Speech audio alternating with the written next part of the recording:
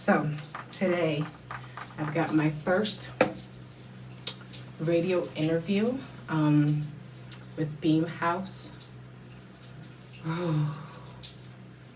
This is the precursor to the Beam House Festival on June 21st. Today I'm going to be speaking with the host, Jakari, about what it is to just be an artist and what my life is like.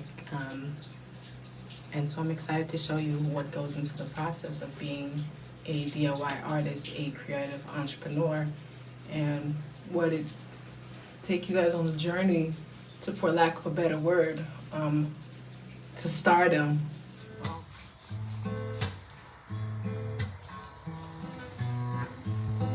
Recently, God has just been teaching me to release my fear. When I first started making music, my dream was to sell out Madison Square Garden. And that image, though I've lost it for some time, was keeping me going for a while. And I'm recently meeting people who God has been placing in my life to remind me of that dream. You know what I mean? Of that vision for my life. So today's the very first episode of Artist Life, Art is Life. Artist Life, Art is Life. And we're just gonna be getting ready with me as I get ready for this interview. Money ain't the motive, nigga, step up. Thought that I was joking when I stepped up. Play me on your radio, I'm looking like the next stop. All the TV hidden in perception. Money ain't the motive, nigga, step up. Thought that I was joking when I stepped up. Play me on your radio, I'm looking like the next stop. All the TV hidden in perception. God is faithful. God is good.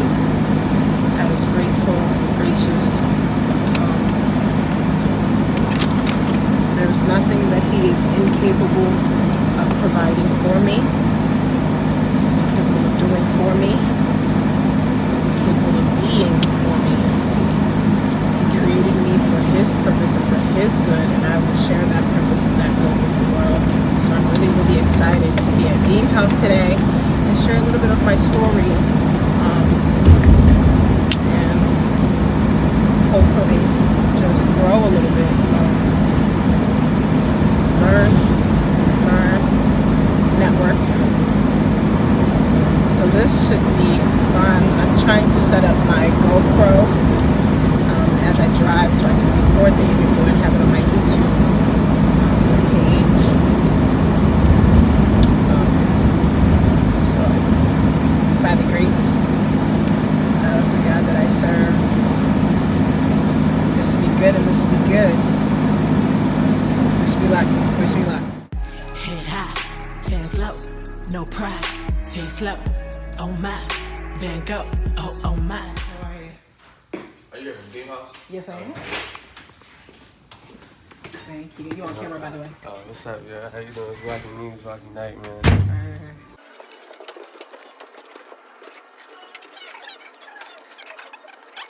I have y'all rotate. I'm gonna bring you probably this way. Okay. Okay, cool. Oh, right now?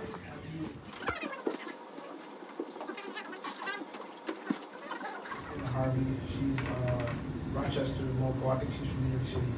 She's really doing her thing on the music scene. We're back for this episode of Being Culture. It's been really fun. We also have LED here. Peace and love. How y'all doing today? Pretty good. Jokes out of there.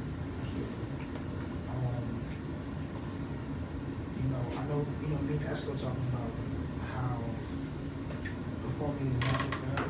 How would you say it works for you? I would say performances are a little bit not easy for me because they're more vulnerable. I find that when I'm on stage, it's easier to share who I am and the places of myself that I hide from people around me. So I find that performances can be hard because I have to put myself in a vulnerable place to do that. And as humans, we don't really like being vulnerable. So when I get on stage, I really have to find the strength to share a part of me that I normally wouldn't with a bunch of strangers. I feel that.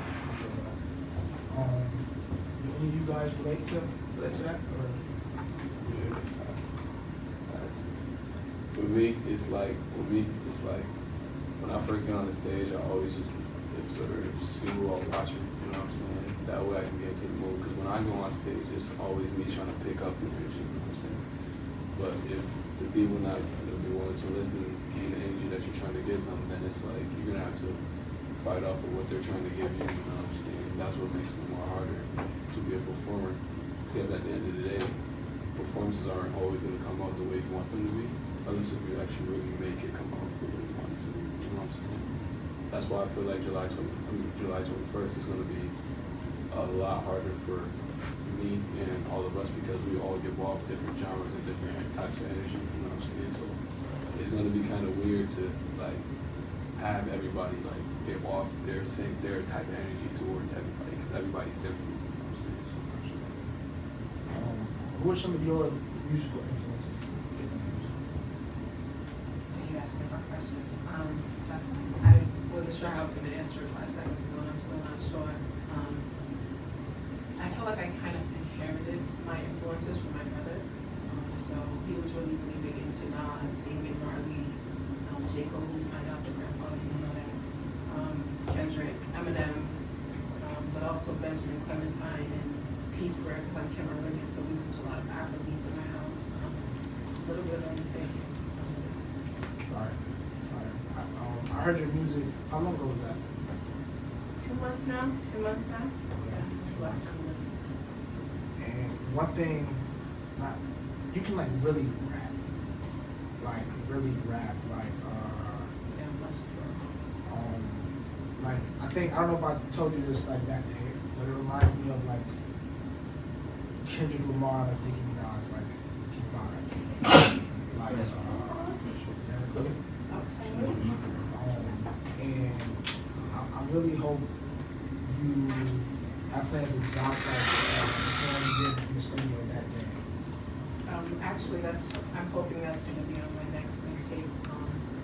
My music is trying to catch up with where my life is now. I stopped making music for a while, released music, excuse me, and just wrote. So my releases are catching up with my life. So my next mixtape is going to be basically what I was going through COVID and that experience. So that song we were working on is going to be on that lyrics. Was it hard for you to be that vulnerable in the record? Because you worked on a few that day. I don't know which record you're referring to. Actually, which one are you referring to? I don't know the title. I'm not entitled. That's okay. That's okay. I was personally referring to Shrinkage. I think that's the one. That song was really, really vulnerable for me because what influenced that song is I don't take Western medication, so whenever I get sick, it hits me really, really hard. Just like my body worked through that. And when COVID was around, I got COVID like twice or 3 times. And it gave me a lot of anxiety to the point where at one point I was just having panic attacks frequently. And during that time, I was prescribed medication from like a doctor or something. 2 different pill bottles, and I took them home and I put them in the cabinet. My uncle comes home and we're having a conversation. I'm telling him what this medication does and why I need it to actually just function. He's like, I've been having trouble sleeping. My mom's a nurse, maybe she can find something for you. That already hurts because Western medication doesn't work with my body, but I needed it. So by the time he was heading out, I go downstairs to take it and I see it in his bag. The thing I just finished explaining to him, my uncle, actual blood uncle that I really needed to live, he pulled my name. You know how you get prescriptions and they have the name on it? Oh, that's great. He pulled it off. And that day I was just like, it really do be your own people. Be your own That's people. crazy.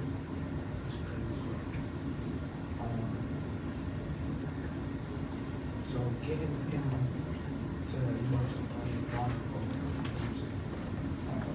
I don't know, when did you record somewhere? Like what time period did you record? I did somewhere 2020. The official release was March 2020, but it was recorded, I think, a month before that as a part of my Mango mixtape, Lyrical Under the Stars. Mango Doors. Excuse my language. And what do you want the listeners to really take away from the song? I really want them to take away hope. One reason I like to call myself MED is I strive to spread positivity to everybody around us. We don't know what each other is going through. share just a little bit of light, a little bit of love, and really we can do anything. So the song's really just reminding people that there is hope somewhere, there's light somewhere, there's love somewhere, you can find it. So without further ado, this is Somewhere by LED. If you guys like it. Is this a radio debut, Bert?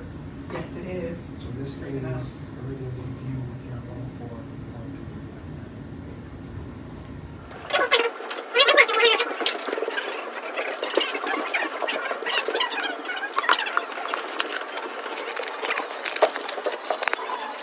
I kind of missed y'all interviews and I'm sorry. I was at Pride, but can I get y'all names for the cam?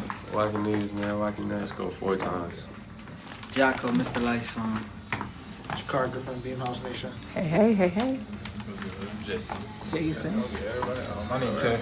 Everybody, the whole team. What's going on? It's your boy Auntie. July 21st, we're going out for sure. July 21st, this is Stavo. Nice to see everybody. What y'all working on individually? What y'all working on? Musically, yeah. I'm finna drop my first ever mixtape. Oh shit. You ain't seen that. It's my first one. I got features with everybody. I'm about to get some with them too. Yeah. We got like this. Can't wait to hear it. Y'all said y'all had some music coming out. Yeah, I'm working on the album right now. If it's not out this month, it's gonna be out next month, man. Walking Knees on Instagram, tap in, man. Young stuff. Definitely, man. I got some shit coming soon. I don't know when, but it's dropping. Let's go 4 times for everything. That's exclusive. Yeah, right now I'm working on my biggest track. 30 songs on that thing. So. Bro, Yeah. 30 songs? That's a lot. You're gonna split it up into 2? Nah, I would. Straight out flat. Wow, that's awesome. Why would you? And why I don't know, I did feel like people have a lower attention span these days. Yeah, I like to make my songs shorter. That's good. Shorter. Yeah, I make as many songs and express my emotions out as much as I go, like every day. I usually try to make like 5, 10 songs a day. That's crazy. That's crazy. It takes me like a month to make a song. Yeah, I get shit done like 30 seconds, like 30 minutes. That's crazy. Flat out. He's seen it. Jealous, actually jealous. So, yeah, that's probably dropping in October. So, got all the features. Gotta get walk on the feature soon. So, that's already planned out. Got the music videos scheduled, stuff like that. So, I got my photo shoot next week for the cover art. So, that's getting promoted soon. So. Okay. Lock in. See, this is your 4th? This is my 4th beat I'll show. 2nd interview. And, yeah. I released a song called Red Boots 3 weeks ago. It's doing really well right now, and I'm working on a song called Boy. It should be out in a couple weeks. Okay. Tell us a little bit about Red Booth. Red Boots is a love song. It's about meeting a girl, making her mine, and yeah, I wanted to make everybody happy with the song, and I think I achieved it. Okay, I'm excited to hear it. I'm excited. How was this different than your first show? How was the 4th one different than the Really first? nervous the first couple of shows, definitely. Now, not so much. I'm really gonna get out on Friday, express myself. Do you have any advice for the girl? Any advice for? Any advice? Just be yourself. Don't worry about what people think. And yeah, if you have confidence in your stuff, you're gonna kill it. Any advice, sir? Don't think about it. The moment you start thinking, it's over. So just don't even think. And don't look at people's eyes. That's another tip I have. Okay. Yeah. Thank you guys so much. Thank you. And so I quickly had to rush and leave, but this ended up being the look. Nothing too major, but Pride was awesome. The radio interview was awesome, and I'm so grateful.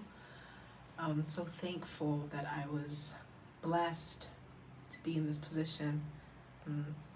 Blessed to meet the amazing people that I did, and blessed to talk a little bit about my story and how I came to be LED.